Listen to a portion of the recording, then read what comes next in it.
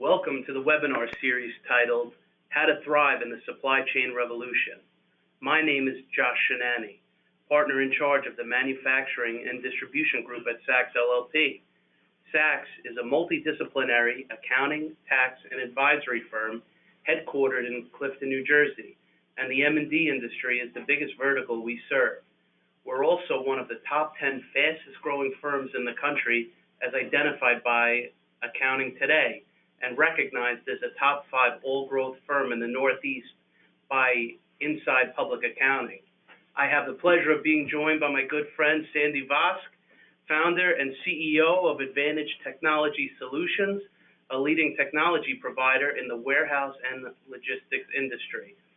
Sandy is also the co-founder of the Supply Chain Experts Group, a tri-state networking group of individuals who service all aspects of the supply chain, designed to share industry knowledge and create opportunities for one another. Ongoing technological advances and increasing customer demands are transforming the supply chain industry at an unprecedented pace. To be successful in this rapidly changing business environment, your company will need to consider new and better ways to meet customer requirements and allocate the right people and resources quickly, efficiently, and profitably. Sachs's manufacturing and distribution practice has joined forces with Advantage Technology Solutions to provide you essential, need-to-know insights from industry experts on technology and the supply chain revolution. We hope to help you expand your customer base, enhance your revenue stream, and optimize the operational efficiency, profitability, and security of your business. Throughout these webinars, we will be joined by other supply chain experts who will bring knowledge, expertise, and experience to the topics presented. For more information about these webinars, please go to www.sacsllp.com News and Events page for the full details and registration links. I have the pleasure of being joined today by my good friend Sandy Vosk, and welcome back. You did such a good job on the first webinar. We have invited back John Cosgrove. John is the founder and president of Atlantic Handling Systems, a leading materials handling solution provider. John has over 40 years of experience in the material handling and supply chain industries and has served as past president of the Material Handling Equipment Distributors and Association. Our fourth and final webinar, Technology in the Supply Chain Revolution. Sandy, the floor is yours. Thank you so much, Josh and John. Pleasure to be back again. This is the one I've been personally waiting for. It's just so exciting. We could probably speak for hours. Whatever you call it, some folks are calling it Supply Chain 4.0. We are really in an industrial revolution type of change. And that's why I've kind of just used the term, the era of everything. And in the next few years, that's what it's going to be. Everything's going to be done via the web, and the expectations continue to increase. And one of the drivers is technology. And the pace of the growth in technology is just unbelievable. Today, we're just going to touch a little bit on what's going on with automated guided vehicles and mobile robots, artificial intelligence, blockchain. And then John's going to get into, some of the latest automation where really this is really going wild in terms of what new capabilities exist with robots and drones and everything else. So let's rock. Next. So I love this slide. I've been downloading it for years. Take a quick look at what goes on in an internet minute. If you want to see the details, get a copy of the presentation because there's no time to waste. I say that half-heartedly, but it's true. There is no time to waste. I was at a meeting last night at the Council of Supply Chain Management Professionals, and they encourage people that you need to move. You can't just be staying stagnant. That's not the safe place. So, what's some of the driving forces that are creating this? Certainly, mobility, technology, global internet device sales. Any specific chart that you look at has the same slope. Just increased growth in mobile technology, and it's smarter. And as a result, e-commerce sales are increasing year over year over year, the percentage of retail. And really, those numbers are undervalued because more people shop online than buy online. They're doing their research online. Social media is affecting it, even if they end up buying in retail. So this is a cause in motion that will only continue globally. Sandy, do you buy everything on the web, or do you still go brick and mortar? Me personally, I do a lot brick and mortar because I'm spoiled, and I live in a area where it's all available to me. But if you're in a rural area in the United States, you're not going shopping. I mean, you're going to be doing almost everything.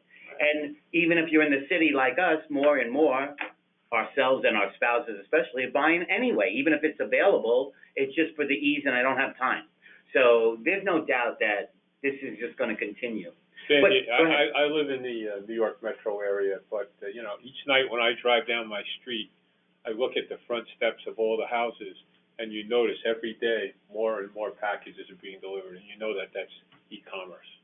Not only that, if you're going, people are building extensions to their homes so that they have more room for boxes? Right. Yes, so that boxes could be delivered securely. I mean, think of that as a change in culture. What's happening now in places that are large apartment complexes, they're actually building a center for e-commerce to store the packages so that people can come and get their packages. My son lives in a complex just like that. But while all this is so exciting, it's creating so many challenges for our constituents. And, this is a chart that was produced by Iser Transport last year that just talks about, from an industry perspective, what people were envisioning as their biggest challenges. And you can see digital transformation, because what do I do? How do I do it? What are my choices? But what are you seeing, John? What are you seeing, Josh, from your constituents in terms of what their biggest challenges are? I think the second one, they're managing the margins, because all of their clients and customers want it faster, they want it cheaper, and so what's happening is the margins are shrinking, and the only way to return on your investment is to invest. It's what you said before. It's almost change or die. If you don't change, you're going to die, because you can't get the return on investment by just throwing people at it. Yeah, and it's true, John. I mean, you talk about margins. I mean, margins are decreasing partially because of increases in minimum wages. And we're seeing this in New Jersey. There's going to be a phase-in over the next 5 years to bring it from where it is today at $8.85 all the way up to $15. So when you're putting that additional stress on a company, sure, it's going to be very difficult to maintain margins. But even speaking to that point, so we're looking to pay people more. However, on the other hand, there's not enough people to perform the daily function. So you look at the fourth one, without a labor force, right? Because we can automate as much as we want, but without a labor force, how are we going to be able to meet customer demands, right? And if we have no customers, we have no revenue. We have no revenue, we have no business. That's what keeps my customers up at night. Labor shortage, and the fact that now, when we eventually get to the $15 an hour, like they say to me, if I'm going to pay someone who's doing entry-level work $15 an hour, what am I going to pay my other employees? And this is all going to drive prices higher, and it's going to be a very interesting mix. Right. Combined with one other thing, especially in our area, the shortage of space.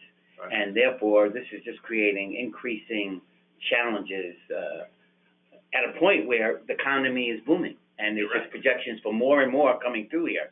So these are real problems that are going to have to be addressed.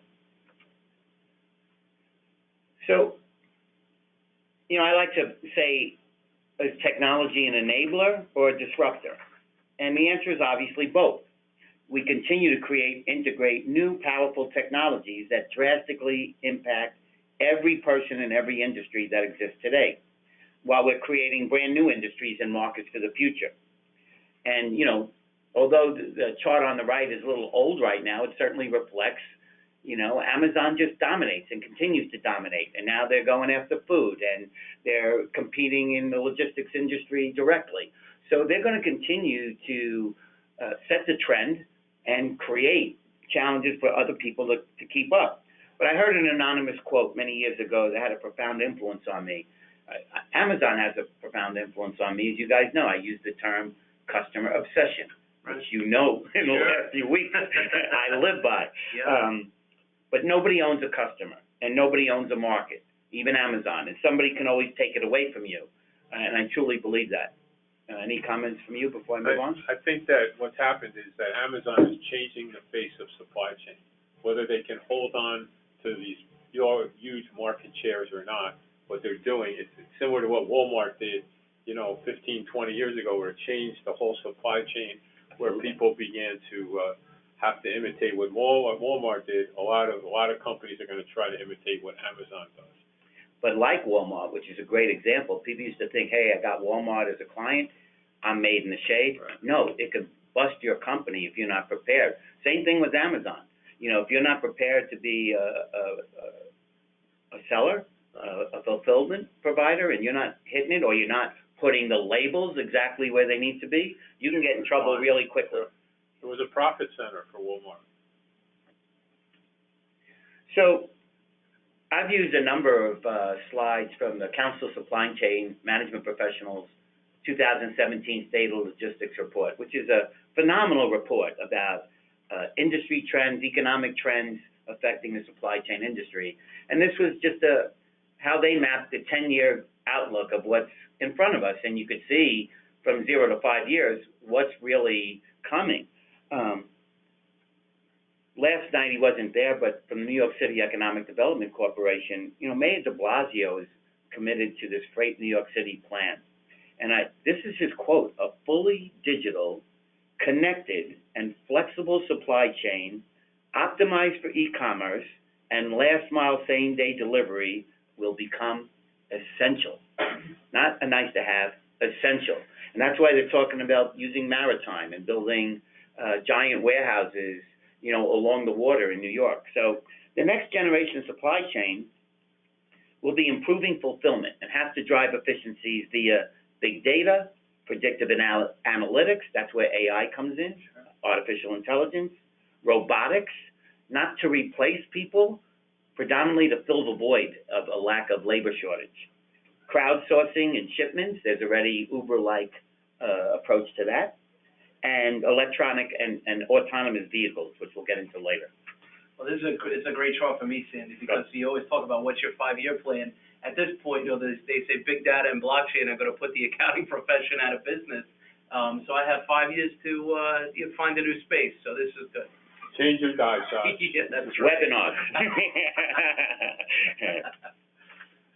So this is a description more about autonomous mobile robots. I'll tell you, though, they're here, there, and everywhere. And all you got to do is look around, and you're shocked at how many places we already see robots. I saw a robot. I saw a highway maintenance guy get off an exit, and he's working a robot to cut the grass. Why? Because it's too heavy a slope to put. So it's everywhere, and we're not even seeing it yet. But this is on the rise. Worldwide sales of robots are predicted to be $22.4 billion by 2021, shipping over 600,000 units a year, 2 years from now.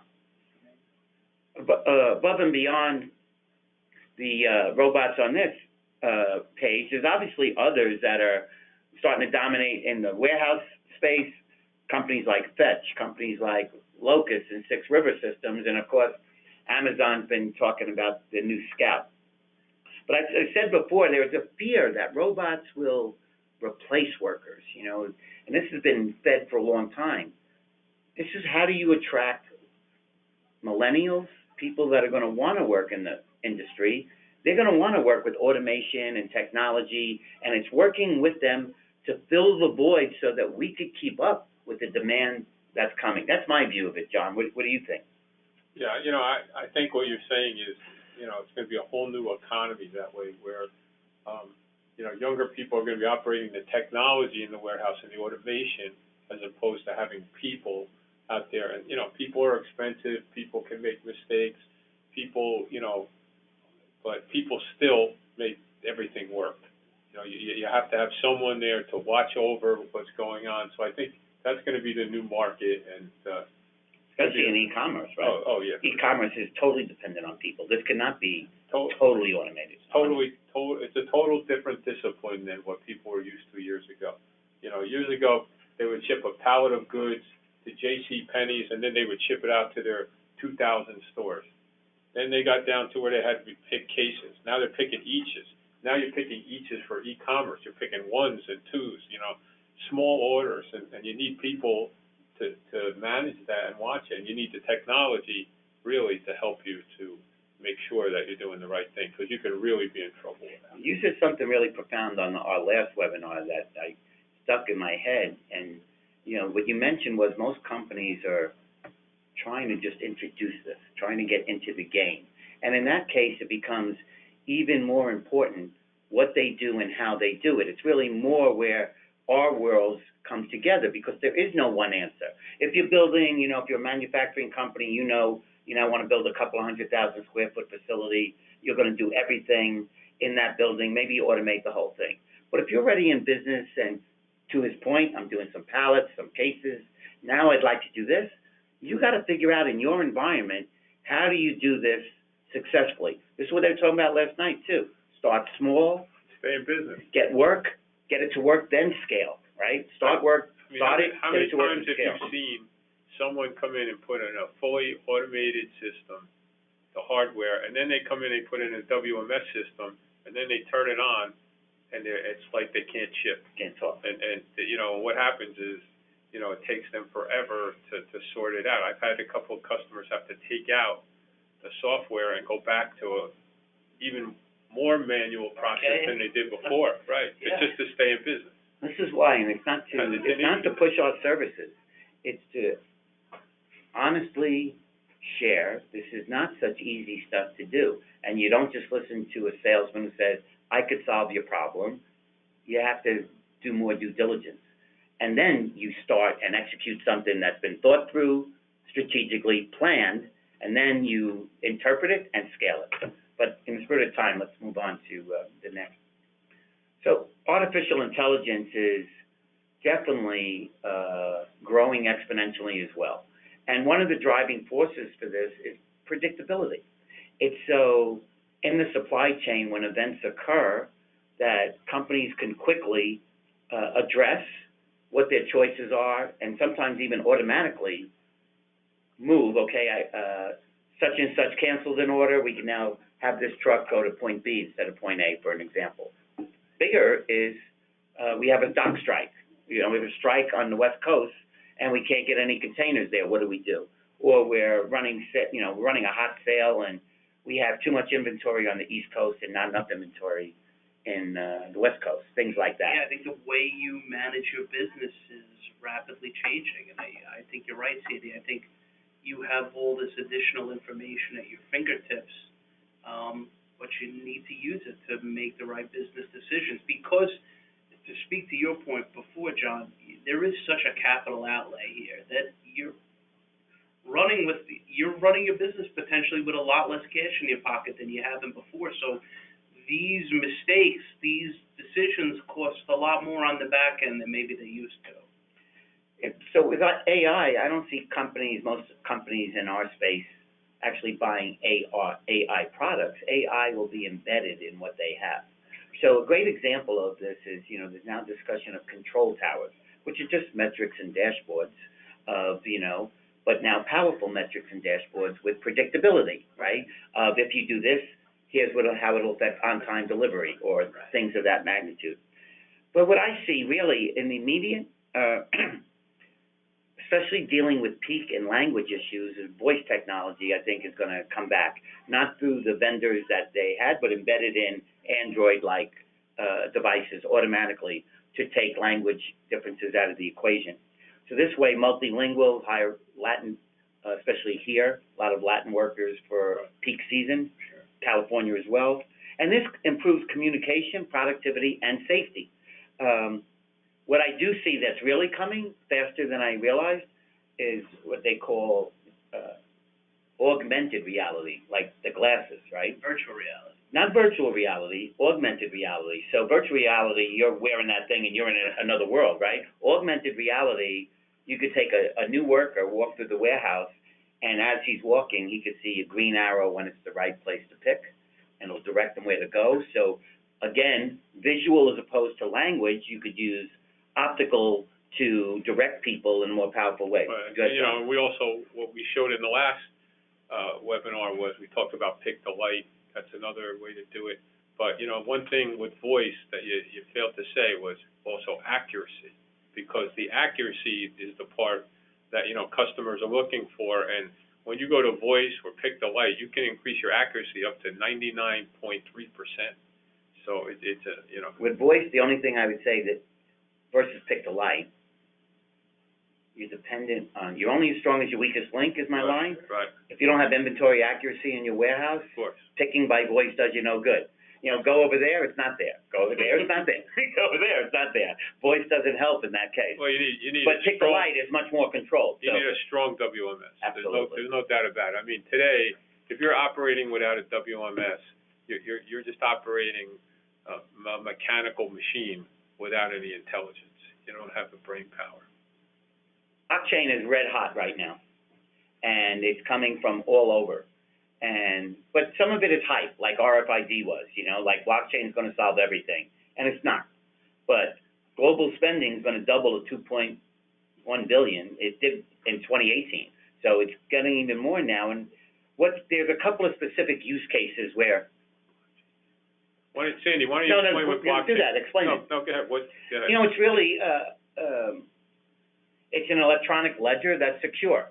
And what it does is supposed to be taking away the necessity of everybody having to store everything, but to have a guaranteed secure ledger of every transaction.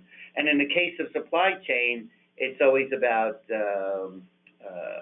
chain of custody. So with chain of custody, you know exactly from end to end every place it is. And when it comes to like tracking, like on a ship containers, you could then track down to the item in the container. And they're doing that. So a great example is Mech IBM blockchain, which has grown now to 92 participants, because it can help shippers eliminate up to 5 middlemen, even for simple queries, such as identifying the location of that container. But, you know, another example, and a hot example right now, is food, because of the food recalls. So IBM's also engaged in that.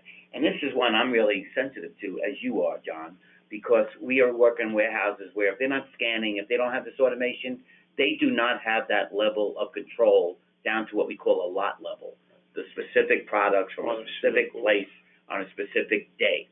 And that could be really challenging. You know, it forced Tylenol to take every product off the shelf years ago, as opposed to isolating an issue and dealing with it quickly. IBM used an example today. I won't name the company, but it took them a whole day, a whole business day to identify if there was a recall, major consumer products company, where all their products were. Blockchain, 3 minutes. So I think we should encourage everyone to learn more about blockchain, because, as you know, our group, Supply Chain Experts, we've learned about it, and we talk about it all the time. And, you know, it is the new buzz throughout the industry. But it's like any new technology, there needs to be concern, just like the recent issue with the cryptocurrency. And also there's a need for standards. Right. And so this is still at its infancy. Why I see blockchain coming, the big boys are going to be in it, but for most of our constituents, it's a few years out. 5 years ago, we were all going to be RFID by now. Yeah, right. I see a lot of right. parallels. Right. So all of these technologies, what does it really mean? It's a paradigm shift. It's truly a paradigm shift in how orders, shipping, and returns, reverse logistics, are managed. And it means you have to look at everything differently. Your business and strategic planning. What do you insource? What do you outsource? And what are your systems of record today? You have to have a foundation to build a house upon. That's your accounting systems, your warehouse management systems. This is where your core data needs to be maintained, because it is all about data, as we'll get to. And if you don't have strong systems of record, then you can't add in all the web and the social media and your integration with your customers, because you don't have a solid foundation to share things back and forth. And you won't be able to then take on and get the full benefits of the robotics and all of the new technologies that are coming. So it is, you gotta build the foundation before you build the first floor, and then you can build the second floor and above that. You took the words right out of my mouth. It's getting the house in order, right? Because we talk about scalability and growth, and, you know, you go back to systems of record. If you have systems that still don't talk to each other, and you have different people on different sides of the house making decisions that only specifically affects their side of the business, you're going backwards, you're not going forwards. Or if there is different systems, which happens all the time, whether you like it or not, there's change, there's mergers, there's acquisitions. So, okay, we're not on the same systems, but here's how we're gonna integrate. Here's how we're gonna share data and control data, manage that data, as opposed to, that if you don't, the data is, what's it worth, right? Garbage in, garbage out is the old term. You have to build the architecture of it. So, it's about leveraging automation, right? Leveraging automation, not buying technology for buzz, but what's the systems that you need in your specific company based on where you are today and where are you going? And regardless of those systems, you gotta, in my opinion, it's about balance. And balance is strategy and planning, innovation, quality, efficiency, profitability, and what we said before, most important, people. You're not managing change without managing people. That's your staff, your employees, your customers, and therefore that's what's key. And you're only as strong as your weakest link. Oh, good segue. And this is the data, right? Bad data, and we talk about blockchain, look at that. You know, phone calls, emails, spreadsheets, you know, even EDI, just because it's electronic doesn't mean it's accurate.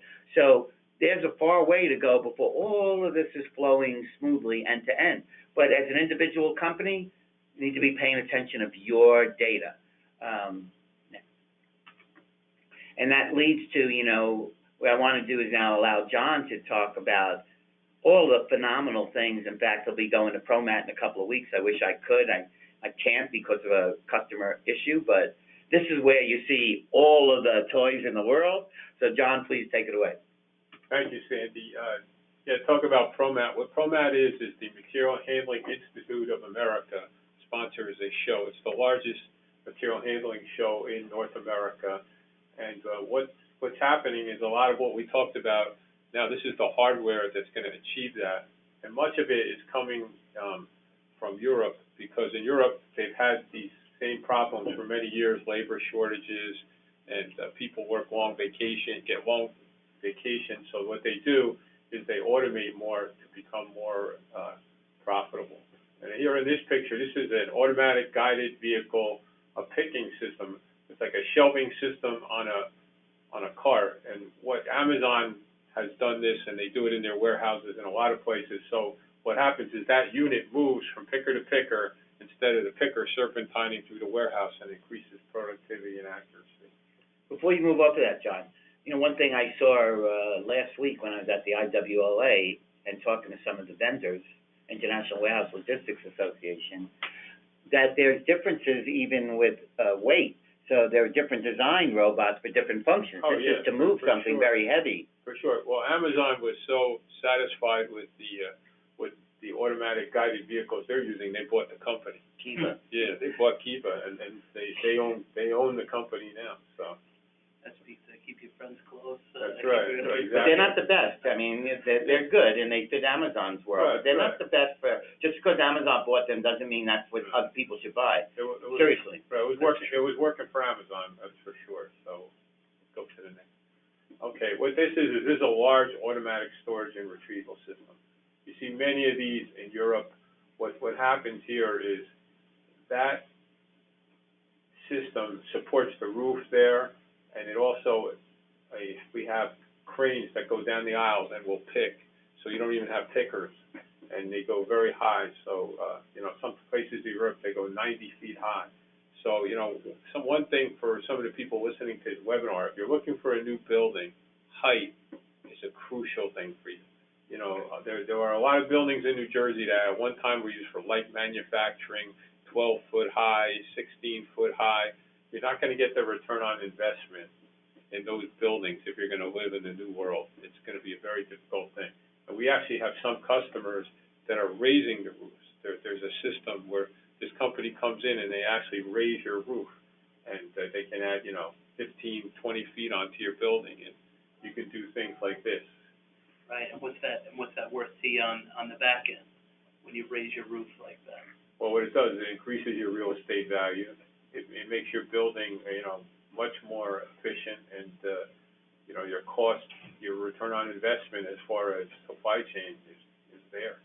We could have a whole other webinar. Oh, sure. John could give on just how companies don't use their airspace well, Right. Yeah. and how you could, just maximize that, not even these systems. They don't use their cube, and there's certain ways you can use your cube, even in an existing building.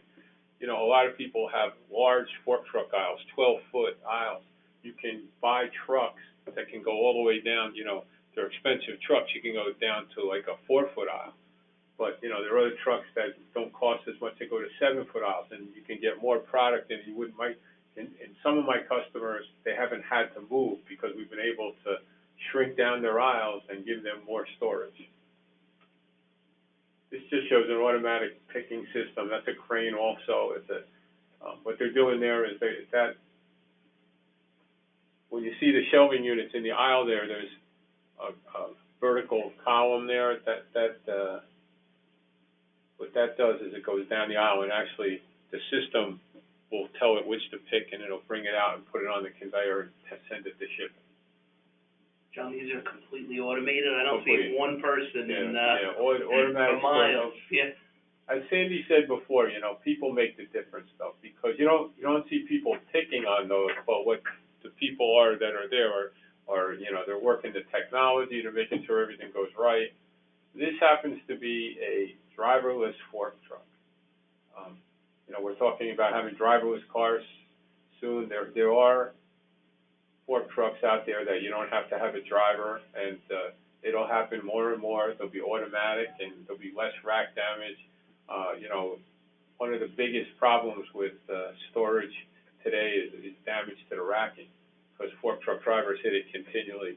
I put my son through college on repairing racks in some warehouses, and what happens is that these are going to be guided so that they won't hit, and it's going to be an interesting. 2 years ago at ProMat, I saw one of the fork truck companies debut this, and it's more and more driving the technology. You'll see more and more of this.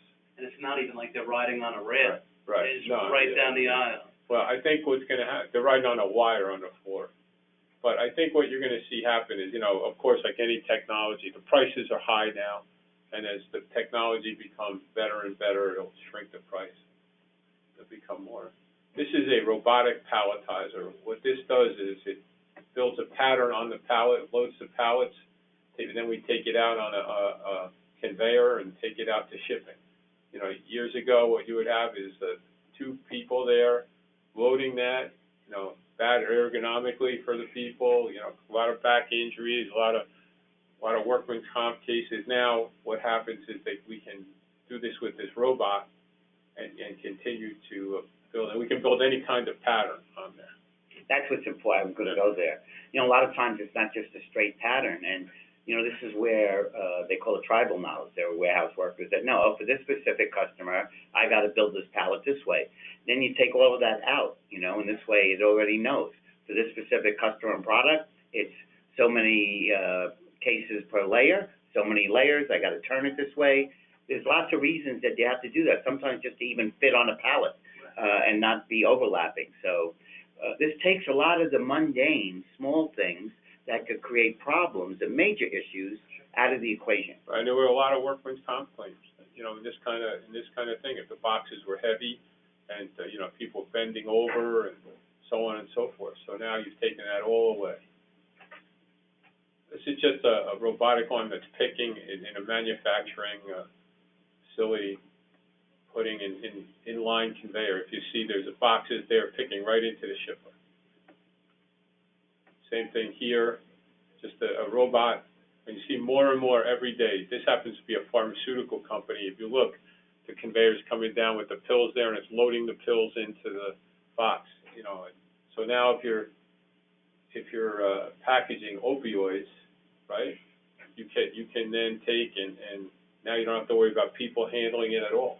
Right. You know, I had a customer that used to manufacture OxyContin, and what they had to do was put their employees in jumpsuits with no pockets or anything because they didn't want them, the street value was so high.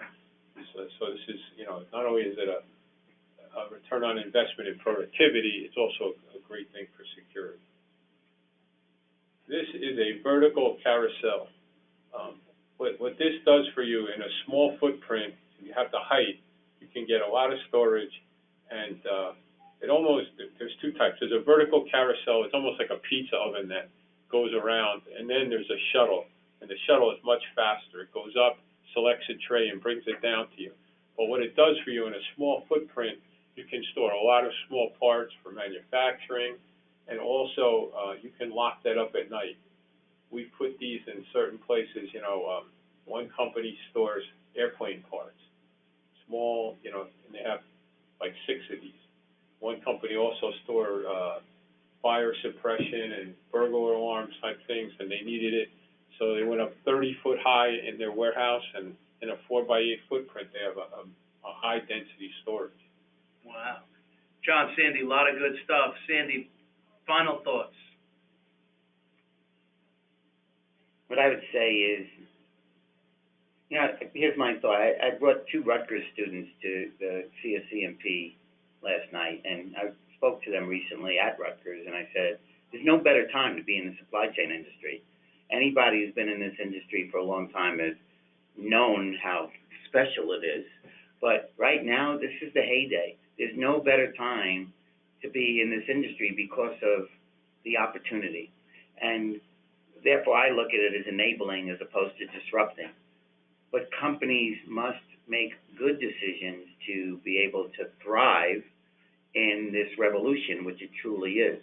So I hope, you know, folks have gotten some nuggets from today and each of our webinars to help navigate through this change. John, how about you? You know, I think that people have to continue to educate themselves because, you know, the road ahead is going to be, it's going to be fast. And you have to know, even if you don't think you're going to use that technology, you have to know about it.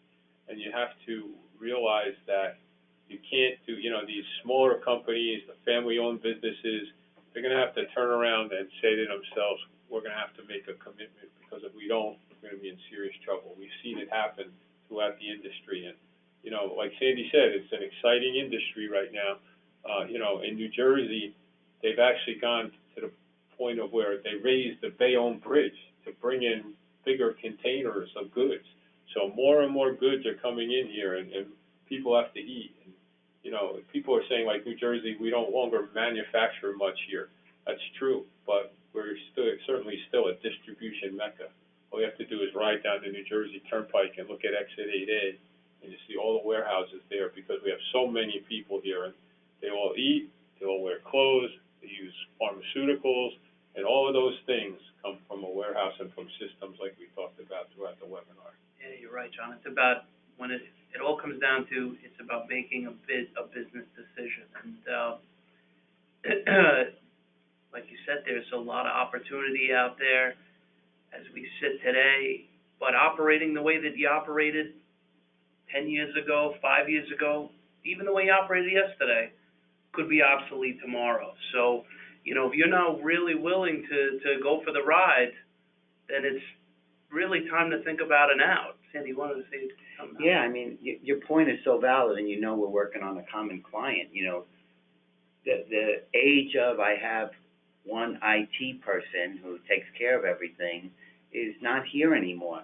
It's impossible for anyone to keep up with everything as fast as it's changing. So it is a paradigm shift, and staying the same, doing the same, is not an option for survival.